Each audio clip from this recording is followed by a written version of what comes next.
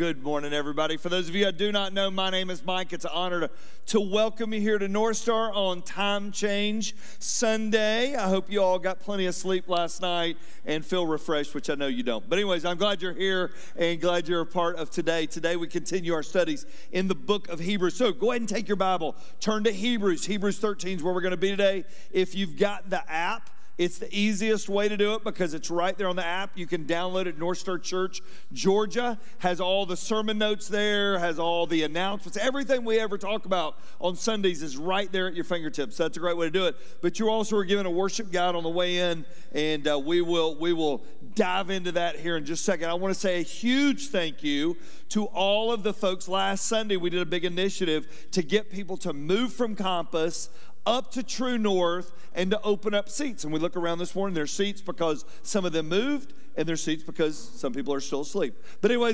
but we want to say thank you. Would you give a hand to all the folks that made the move last Sunday? So I went up there at the end of 9:30, and True North was packed. It was awesome to walk in and feel the energy in that room. If you're here today and you go, man, I would willingly give up my seat because between now and Easter is going to be nuts. And so I'd willingly do that. You can text MOVE to this number. Text MOVE to that number, and that will let us know, and just put your name on that. And I met a lot of people up there, said, hey, I signed up last week. I'm up here today. It's awesome. So last Sunday, I made the announcement. My watch, of course, is connected to my phone. And while I'm talking on Sunday morning, my watch just keeps buzzing, right? I didn't cut off the alert and all my alerts. And I'm like, NorthStar is the greatest church in the world because all these people are texting me to go, Mike, I texted MOVE, and I just wanted to let you know, man, I'm all into the vision. I'm all in. That's not what they were texting. Let me tell you what they were texting about. In the message, I made the comment that True North isn't that far. I can throw a ball and hit True North, and they were calling into question my manhood. That's what they were doing. So I want you to watch a video. This week, I did get out some footballs. All right, now I want to let you know, it was very windy. It was very windy. The wind was like 20 miles an hour. These are brutal footballs, too. They were terrible. That was going to hit, and the tree caught it. See, he gives me a Georgia football. That's heresy, giving me a Georgia football to throw. Now, these are all clipped together. That did not look that bad, I promise you. I mean, I really should have thrown from up there down. Is what I should have done. Come on, ready?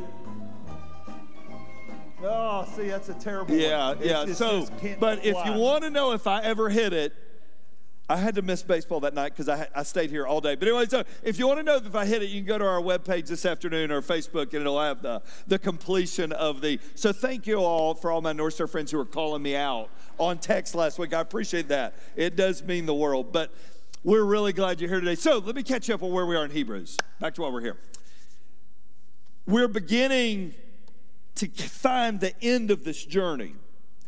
The guy, whoever this is, that's giving the sermon, telling the story, he now has reached a point where he's on the final lap. He's on the last stretch. And he's telling them now, at the end of it all, what really matters. Here you are new believers, all through Hebrews. Guys, if you go back to Hebrews 1, stay in the fight, stay in the race, don't quit running, don't quit striving, don't quit pushing, don't quit keeping on, keep on, come on, get up, let's go. You're going to be discouraged, you're going to be persecuted, things are going to work against you. Come on, let's go, you can keep doing it. All this has happened. Now he begins to turn his sights, and he begins to say, as you finish this race, here is how you need to do it.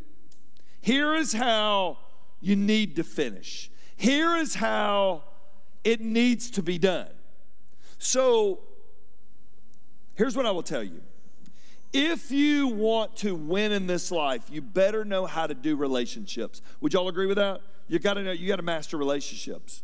So when my kids were growing up, Ann and I, so we only had two, because we always believed in man-to-man defense, not zone, all right? And so we're in a man-to-man on the kids, and Ann handled the school end, and I handled the attitude end. That was my deal. And so I thankfully grew up in an era where my parents weren't always alerted when something didn't go well at school. They found out things were behind at report card time, which only came like every 8 weeks or whatever it was. It's not that way. How many of y'all are over 30? Raise your hand if you're over 30. All right. Well, that's the only age I can ask that people actually will go yes, because I didn't give a brief there. All right. So yes, I'm over 30. We grew up in the era where you got report cards. How many of y'all are under 30?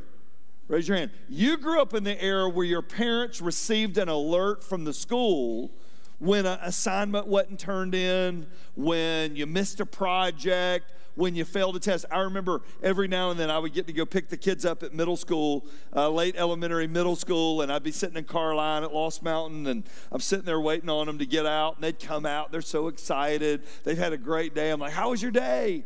And they're like, it was great. And Ann had just texted me, you wait till they get home because they didn't turn in this project. And the kids would get in, they're like, I had a great day. And I went, good, because it's not going to be when you get home, all right? And so I hate this. This is the worst, right? My job was the attitude. Because here's what I'm going to tell you. If you can master relationships, you can make it in this world. Would y'all agree with that? You may not have book smarts, but you can, as my mom used to say, you're not the brightest, but you're well-rounded. All right, and so if you can figure out relationships, this is about relationships. Would y'all stand with me today as we read this Hebrews chapter 13? We're only going to look at 3 verses today. They're on the home lap. They're on the home stretch. Remember, there aren't chapters and verses written. This is a sermon. It's a story to this new group of Jewish believers. And he said, in spite of everything we've already said, let brotherly love what? What does he say next? Continue. Now, we know that Philadelphia is the city of brotherly love. Phileo is that word. Let brotherly love continue. You've started well. Finish well. You're running the race right. Finish right. Let brotherly love continue. Within this body, we're going to talk about it here in a second, called the church, continue loving as family. That's what he says. It's all about relationships. Let brotherly love continue. Do not neglect to show hospitality to strangers, for thereby some of you have entertained who? Angels unaware. We'll talk about what that means here in a second. Remember those who are in prison as though in prison with them, and those who are mistreated, since you also are in the body. Everybody look at me. How you love, how you live matters to others and to God. And that's what we're going to talk about today. Would you pray with me? Right where you're standing right now, Compass True North, for those of you that are watching online, would you ask God to show you areas in relationships that you need to be better? Would you just do that? Say, God, just show me. Show me relationships where I need to be better.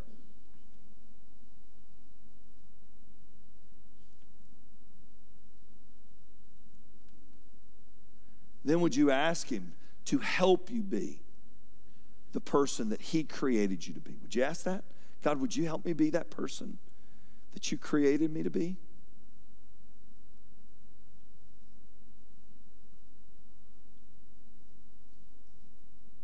Father, you left us here to look like you. You left us here to love like you. You left us here to be a representative and a picture of you. Father, may today we pull up that chair with you to go, okay, God, how am I doing? Am I loving well? Am I finishing well? Am I running this race well? And Father, are we as a body, as a church, mastering relationships the way you left us to do it? And Father, that is my prayer, and I pray it in Jesus' name. Amen. Before you're seated, I want you to find 3 people, and here's a statement I want you to say. I'm groggy, but I'm ready. All right? I'm groggy, but I'm ready. 3 people, and then you can be seated.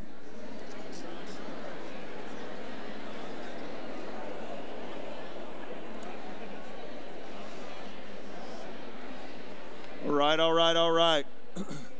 So, At the point of this writing, 70 so years after the time of Christ, whoever wrote Hebrews had a picture in mind, and the picture was for this church, for this early church to love and look like Jesus. That was the picture he had in mind. That was what he's pushing them to be. It's not good enough to say you're a Christian without showing that you're a Christian, right? In fact, it's in the Gospels where Jesus said, they will know that you are my disciples by how you love one another. Isn't that interesting? Not how much justice you give, not how much all the other things, but how you love. That's the picture. This letter is written about how this body called the church loves others. So let's just break down the church. Let's just break down how all this came to be. Up until that point, there were synagogues, there were temples, there wasn't a church. The early church was established in the book of Acts. Here's what the church isn't. The church isn't just a group of people who gather together and not tell anyone where they're going.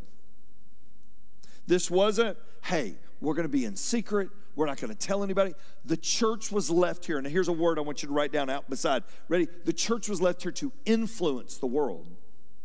That's fact. The church wasn't left here to just be a group of people that gather. Yes, that's part of it. But the group of people who gather to influence, to make a difference. Our job isn't to just come and learn and look at each other and go, wow, that was great. Our job is to learn and to grow and then go out and to influence. This is writing about their influence. And he said, what happens in here influences what happens out there, which all these things are hit. But he's not just talking about NorthStar.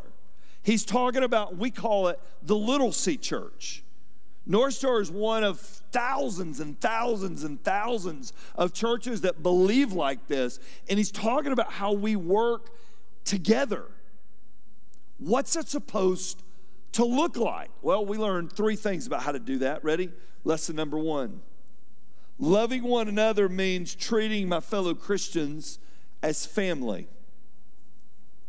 Loving one another means treating my fellow Christians as family. Listen to what he says. Let what kind of love continue? What is that love? Let brotherly love continue. Meaning, in our relationships with each other, we should love them as family. How many of you grew up with siblings? Raise your hand. How many of you at some point, at least once growing up, you disagreed with and fought with one of your siblings? Raise your hand. Some of you physically fought with your siblings. I'm talking about you just disagreed. I remember there were points growing up that David, Donna, and I, we just did not see eye to eye on anything. So David was 11, almost 12 years older than me. Donna was 8, almost 9 years older than me. They were quite a bit older than me. And so my sister was a teenager, right? And my parents were, they laid down the law, and there was no bending of the law. It was the way that it was. The rule was, Donna, you've got to be in by 11:30. So when your boyfriend or date or whoever pulls up in that driveway off Hickory Road and he pulls up, 11:30, you need to be walking in the house. If we flash the floodlights, you need to come in. If we flash them twice, you're grounded. That was the rule. So we're not sitting in the driveway all night praying together, all right? And so whatever you're going to be doing out there. So we'll leave that alone. Kids in the audience. So you need to come in the house. Well, Mom and Dad, they were older when they had me. They were blessed to have a surprise come along. And so they went on to bed. Donna was a teenager. David was off in college. Gosh, by this point, he had left home. He was down at Mercer. And I remember Donna would come in from her date. My bedroom, I could see the car pull up in the driveway. Well, I was the little brother, right? I'm 8, 9 years younger. And so I would go down to the floodlight and just start flipping it for her to come in. Well, then I would run up and lay down in bed, and she would come in mad as a hornet. I mean, screaming, this isn't fair. It's 11:15. And my parents are like, what are you talking about? You flipped the floodlights. They were in bed asleep. They were sound asleep. Now she's in trouble for yelling at the parents because of a floodlight. And then she'd come by her room and she'd go, I hate you. All right, and shut the door. I mean, that's like, that would happen. I don't know if that ever happened around your house. I remember we were filming the Christmas. How many of y'all watched the New Year's service that we put out? We streamed online. Raise your hand if you watched the New Year's service. Y'all can lie. I don't know if you watched it or not. But anyways, so we filmed it at my house. Well, we were sitting there recording in the den, and Seth, who I love. Do y'all love Seth? Seth's awesome. Seth's just amazing. So Seth was in there, and he was singing in my house. We have all the sound stuff. It's crazy. It's all the sound stuff set up. And Seth's in there singing, and he's like, is that too loud? I'm like, no, it's not too loud. He said, as only he could say in his Moultrie accent, he said, I used to get in so much trouble for being loud growing up around my house. He said, I'd be sitting there practicing singing, and my sister would yell across the house, Seth, shut up, you're too loud. He said she'd yell from the other side of the house, and he would yell back, one day when I win American Idol, you won't be telling me to shut up, all right? And that's what families do, right? That's what families do. That's so funny. I went down Friday to visit a real close member of somebody close to my family, not in my family, close to my family, that was in hospice, and I left Union City and drove on down, and I drove by my house. I hadn't been in a while. And man, in my mind's eye, I could still see my mom and dad sitting there in the lawn chairs. And they'd wait on us, especially on days all three of us and our kids were coming down there, and they'd sit there in their little wicker, those old strap lawn chairs. Can't find them anywhere. Those old strap lawn chairs, they'd had them for years. Why buy anything new? They're not broke, all right? And so they'd sit there right outside the garage and wait on us. And as soon as we'd all get there, we'd go in. Steve Roach sitting down here. You go in that carport. You walk through that screen door, and I don't ever remember a time going to my house there weren't cookies on the counter. My mom would make cornflake peanut butter. You don't get a body like this without work, all right? And so there were cornflake peanut butter cookies that were sitting on the counter, and we would sit at that table for hours and tell stories. The same ones that had fought would sit there. Why? Because we were what? Family. I drove through Fayetteville when I was coming home, and I called David and Donna, my brother and sister, and pick up right where I don't see them all the time. David lives in Buckhead, Donna lives in Sewanee, but we pick up right where we left off. Why? We're family. Here's what we know about family. I want you to write down a couple thoughts about family. Family forgives. You know, Donna doesn't bring up every time I call, you remember that time when I was 17? I could have married that boy if you hadn't been flipping the floodlights. All right, she doesn't bring that up. I don't bring up how many times Donna would get mad at me and just leave me somewhere. I do in sermons, but I don't usually bring that up, right? A family forgives. A family overlooks. You know what a family understands? Nobody's perfect. Everybody's got their flaws. Everybody's got their weaknesses. My mom and dad were great people. They weren't perfect. Family overlooks. You know, I stood and got to officiate the service for both of them. I didn't stand up and talk about all the times I was mad at them and frustrated with them. I stood up and talked about all the times that I remember that we loved each other. That's what family do. Family overlook. Family sometimes confronts. There were some tough conversations to be had around the Linch house growing up. A family shares. I know that if I needed something, family would come through. A family defends. You say what you want to till you say something about one of us. Then you defend. That's what families do, isn't it? That's what he said the church should do. Let brotherly love continue. We should treat each other as if we are family, and we are a spiritual family. You're a brother and sister in Christ. We have a relationship, but it's not just within the body of NorthStar. It's how we operate between churches. Mary Alligood's sitting back here. Every year he hosts Pastor's Day in December, and it's neat to sit around the room and hear 30 or so pastors share the story of what God's doing in their congregations, because it's not about NorthStar. If all of West Cobb and Paulding came to Jesus, they can't fit at NorthStar. It takes all of us, right? So we're really tight with Westridge. How many of y'all have heard of Westridge before over in Hiram? Probably one of our closest friendships as a church, and for me personally, Brian Beloy's outside of our staff at NorthStar, the guy that I'm closest to. And we made a pact with each other, and the pact is this: we won't listen to negative about each other. Because when people, I know y'all find this hard to believe, some people leave NorthStar and they're mad at me. Can y'all believe that? It's unbelievable. They leave and they're like, I talk too much, he tells too many stories. I've heard the same story 10 times because they didn't hang around long enough to hear it 12. All right, and so that's how they heard it 10 times. So sometimes they'll leave, and a lot of times they'll go to Westridge because the style of the church is the same. A couple years ago, we had a couple leave, and they were pretty miffed about something. I don't remember what it was now. But they were pretty miffed about something. They went to Westridge. They scheduled an appointment with Brian, and he called me to say, hey, I'm meeting with so-and-so. I was like, man, I hope it goes good.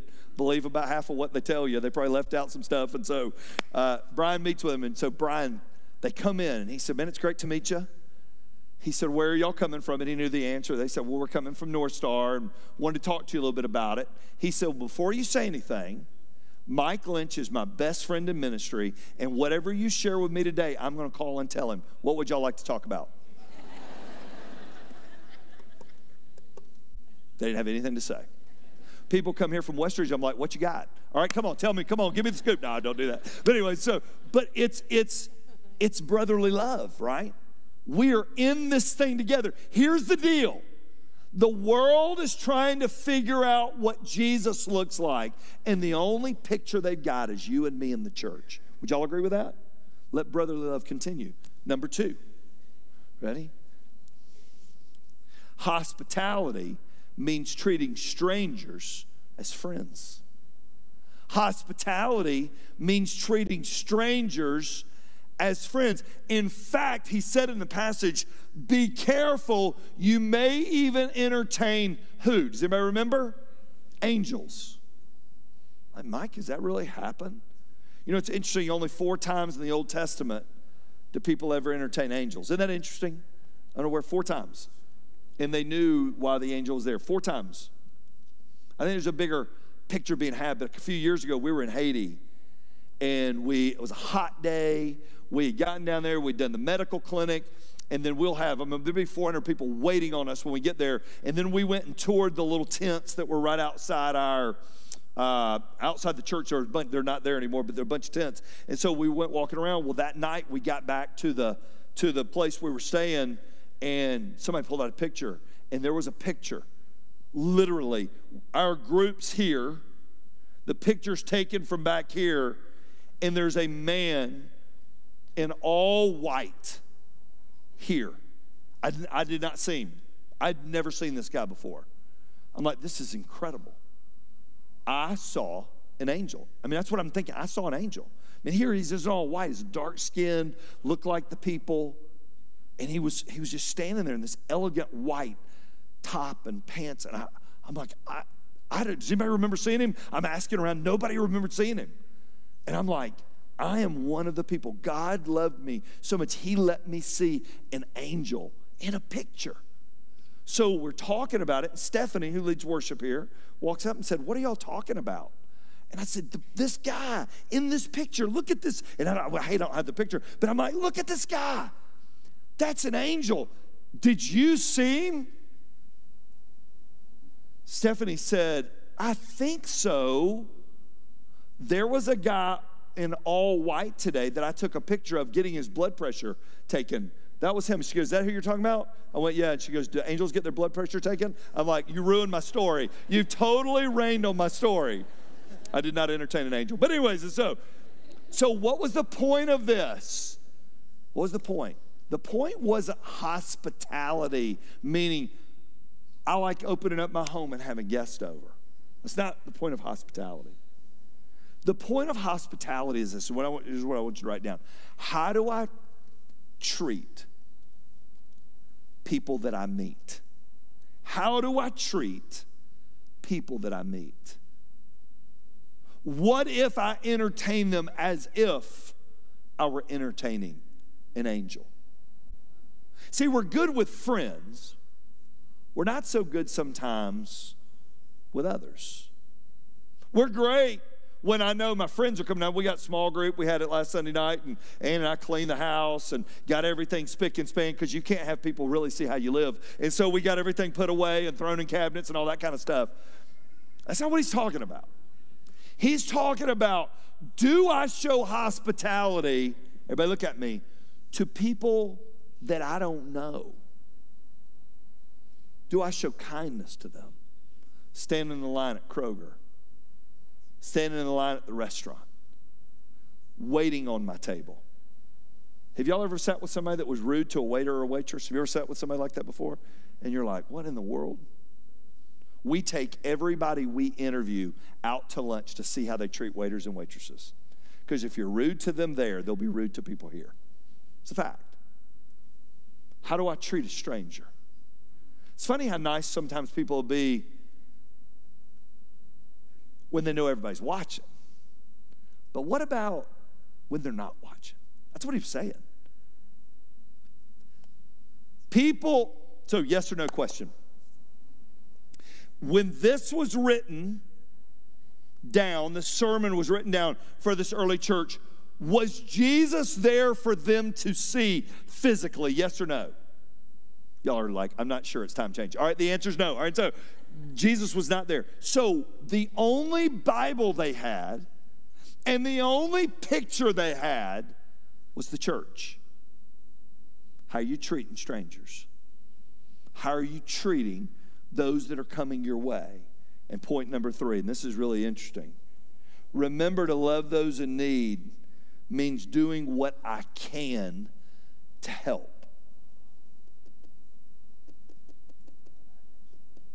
Remember those who are in prison as though you were in prison with them. And those who are mistreated, since you're also the body. Here's a question we should all ask. Ready? I want you to write this down. Does this have my name on it? Does this have my name on it? Sometimes in life we walk across things like the parable of the Good Samaritan. It has our name on it. We're like, God gave me this. I'm supposed to do this. And we got to do it. That's our call.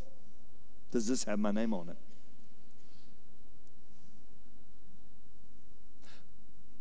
it? The interesting part was, look at what he said. Put it back up there again. Remember those who are in where? What does it say? Prison. Do you end up in prison for good things or bad things? Which? Bad. Remember those who are in prison. Well, I mean, why do I want to remember somebody in prison? I mean, they're not, if they were doing good, I mean, they wouldn't be in prison. As though you were there with them. Here's a phrase I want you to write down. Ready? Write down. Walk in their shoes. Would you write that down? Walk in their shoes. See, he was painting a great picture. And the picture was this. How would I feel about them if I knew them? I knew what they'd gone through. Have you ever made a prejudgment on somebody? Have y'all ever done this before? You met somebody and you're like, I just don't like them. I don't like them. I don't like their attitude. I don't like how they dress. I don't like how they act. I don't like how they smell. I don't like anything about them. I don't like where they're from. I don't like their choice of teams. I don't like their choice of foods. I just don't like them. Have y'all ever prejudged somebody before? Raise your hand. And then you meet them. And then you hear their story. And you go, why in the world did I ever judge something I didn't know? I remember hearing a guy say one time, he said, you can't hate someone when you know their story. You can't. It's impossible. Because it changes everything. He was telling the early church, love them as if you were them. And everybody look at me. And if you finish this way, you will finish the race looking like Jesus. And that's the point. What if our world looked up and said, I've never met Jesus, so I'm going to judge Jesus on NorthStar. Are we giving him a good picture? Are we giving him something that goes, yeah, that looks just like the Jesus in the Bible? That's my prayer. Are we ever going to be the smartest church? Probably not. You got me leading you. I'll hold you back. All right, so probably not. But you know what I want us to do? I want us to love really well. I want us to come alongside other people really well. We may fail. Everybody look at me. We may fail at lots of things. We will not fail at loving people. We just won't. We may not have done everything right. But I'm going to fail. I'm not going to fail in loving people. Jesus said to love the Lord your God with all your heart, all your soul, all your mind, and all your strength, and to love your neighbor as yourself. If we can conquer those two things, we can be the church that God created us to be. Would you pray with me?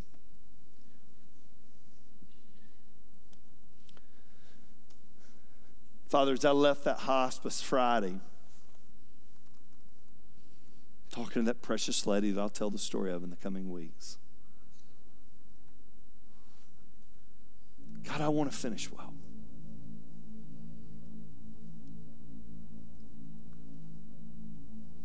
One day when I get to heaven, you're going to hold me accountable for my leadership of this church. God, I don't want to miss loving and looking like you. That's our job. We're gonna fail forward trying. God, as we get in the car and I head out to lunch today and grab a bite with Casey, God, I pray our conversation looks like one that you would have. It's got you etched all in it. God, may we live every moment, may we live every day as if we were entertaining an angel and we were unaware. To stand on guard, show hospitality, open our arms to our community and welcome them to this campus. But God, just while they're there and here, while we're where they are, God, may the fragrance of Christ be left in our path because we love and looked like you. Thank you for our time together in your word. God, just speak to our hearts, would you? Speak to us.